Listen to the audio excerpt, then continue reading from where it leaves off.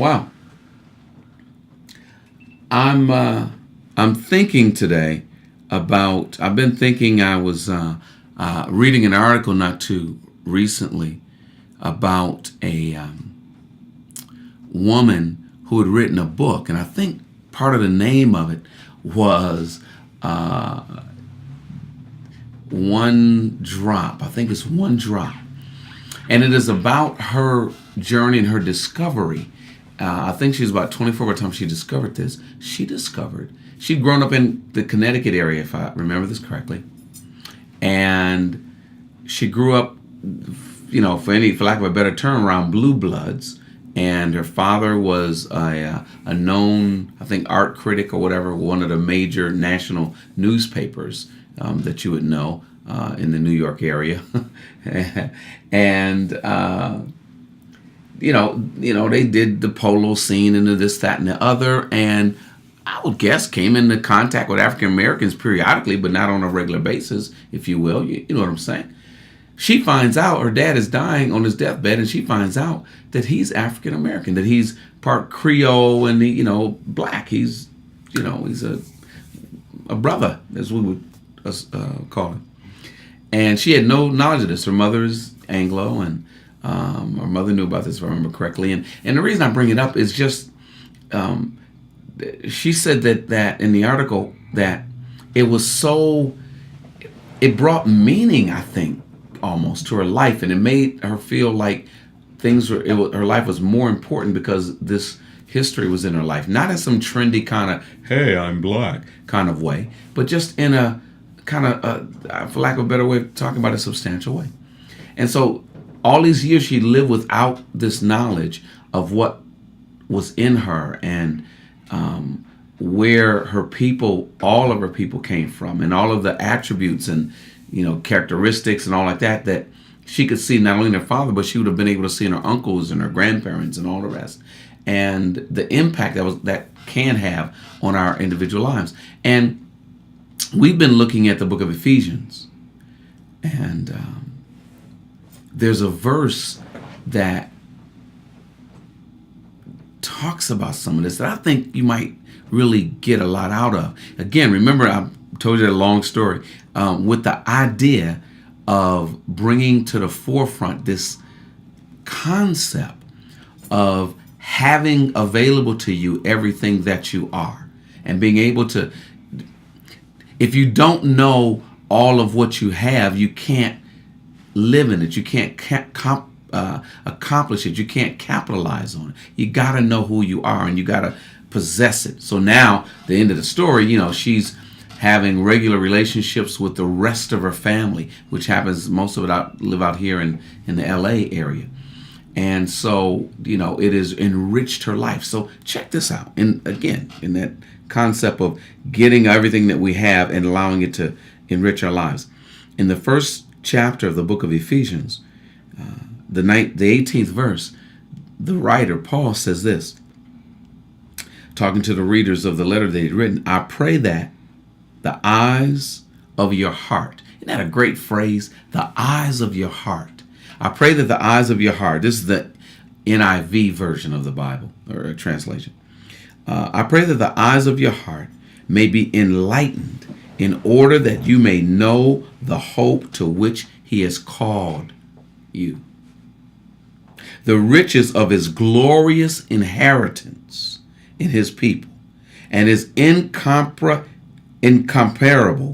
great power for us who believe. Did I stumble my reading too much where you couldn't get the gist of it? Could I try a little bit again? I pray that the eyes of your heart may be enlightened, in order that you may know the hope to which he has called you, the riches of his glorious inheritance in his people, and his incomparable great power for us who believe. There's this huge and great and wonderful and inexhaustible and ongoing power that is available, that is for us who believe.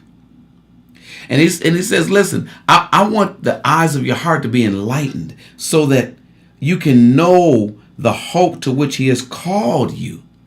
There's this among Christians so many times. There's there's a huge amount of desperation, quiet desperation. Things get bad. We do stuff like we go one or two ways. Are you familiar with this? We either start going to church every time the door is open and just hoping and praying that doing these right things will make things, it'll create this deal where God almost feels obligated or feels guilty or something. And Michael's being such a good guy that I think that I'm going to have to bless him. You know what I'm saying? Or we totally distance ourselves. We're like, we put our Christianity on hold for a moment. You know what this looks like, right? And we just kind of do our own thing, make things happen. It's almost like, Christianity is a role we play. And, serious events are happening in my real life. So I got to put my role aside for a minute so that I can handle my business. Then I'll come back to the role of Christianity. Neither one of those as options are worthwhile.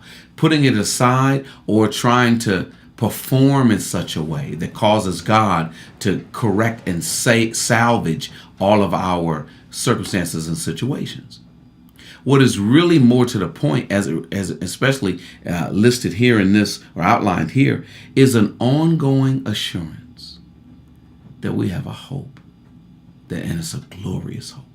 So it's almost like he's saying, don't quote unquote work harder, be more aware. I want the eyes of your heart to be enlightened. I want light to flood into your heart so that you really understand what is available to you, how much God cares about you. And he's called you to something that is really, really big and really, really significant. It goes on to make clear, I won't get to it in this visit, but that, it's this same power that raised Christ from the dead. That's the power that's available to us. So we got to start figuring out how to live inside the hope that God has given us and not let it be hopeless. And here's what I'm trying to drive at. I'm almost done. I'm finally getting to what I'm driving at, right? That we not let the circumstances, the situations of life to dictate how much hope we have. Open your heart up, open your mind up, and understand that your hope should be the consistent thing in your life. I know my Redeemer lives. I know my Redeemer lives. I know my Redeemer lives. And he lives for me. He died for me, and he lives for me. I pray God would light up your heart with an fuller understanding of all that God has made available to you. And that in solving problems, you would pay less attention to problems and more attention to God. And not even as a problem solver, but as the creator and the author and the finisher and the caretaker of the entire creation. May God richly bless you. And I hope to see you again soon.